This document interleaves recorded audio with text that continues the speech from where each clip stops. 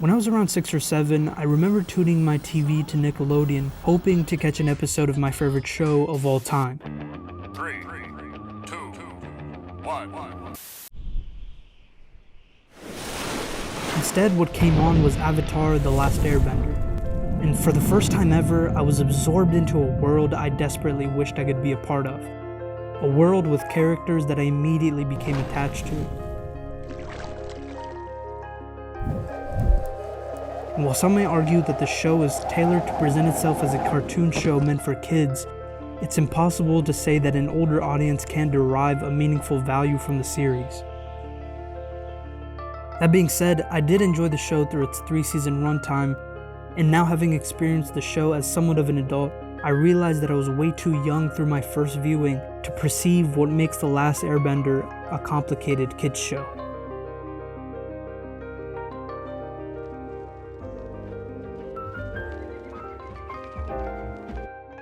It seems strange that such a complex show would be airing on a network like Nickelodeon, which, keep in mind, was broadcasting shows like Cat Dog, Rugrats, and one of my personal favorites, Jimmy Neutron. Hugh, tell the boys to quiet down. Go, Sugar Booger, let them have their fun. 8, 9, bend my spine. Oh, that's what I'm talking about. So what makes The Last Airbender so complicated compared to the slew of animated series which were already airing on the network?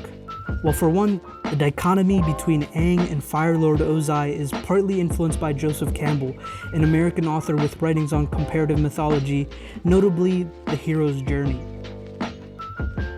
Creators Brian Konietzko and Michael DiMartino had a strong reliance on traditional archetypes framed by Campbell to mold characters like Aang and Fire Lord Ozai. It's why Fire Lord Ozai is the big bad, while Aang, in contrast, is the peaceful monk. But what distinguishes The Last Airbender as its own is the unique take on characters like Zuko.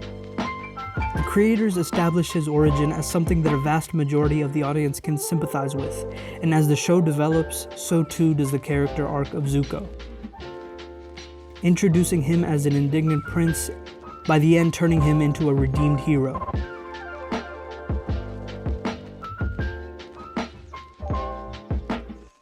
Through several meetings with Nickelodeon, the creators discovered that the network was interested in legends and lore in vein of The Lord of the Rings and Harry Potter. But Mike and Brian weren't interested in making some Lord of the Rings knockoff.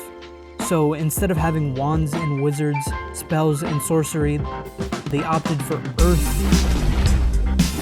fire, water, and air. And what makes the series all the more complicated is that they opted to have those 4 elements a ubiquitous side character while shifting the focus onto the exploration of a non-Western society. So, in order to manufacture a world where people have the ability to bend, the creators built their fictitious world based on non-fictitious East Asian philosophies and cultures. The architecture within the different nations are based on actual locations throughout Eastern Asia. The city of Ba Sing Se, for example, was influenced by the Forbidden City in Beijing, China.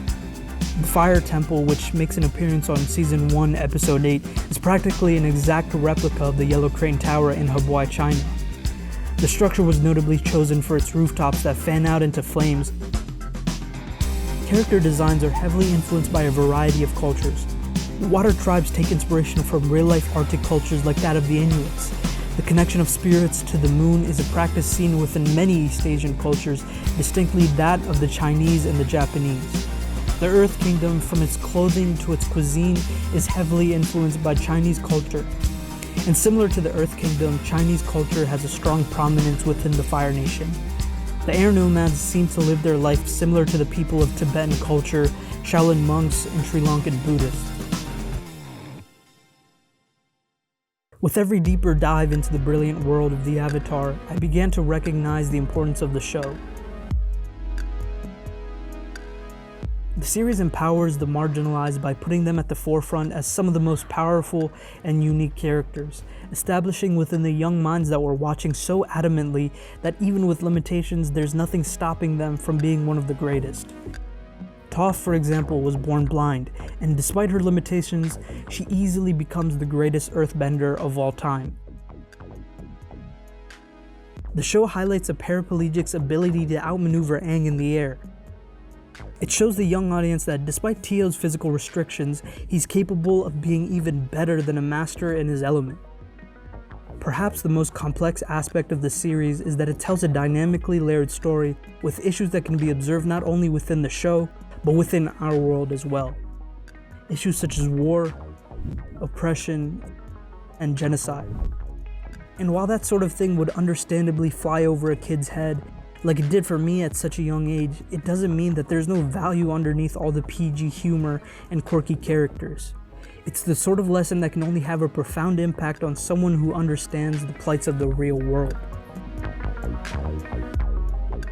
With an extensive lore with elaborate characters and an incredibly animated world based on real cultures and actual locations, Avatar: The Last Airbender forever changed how networks perceived animated programs, with subsequent shows blurring the lines between kids and adult shows.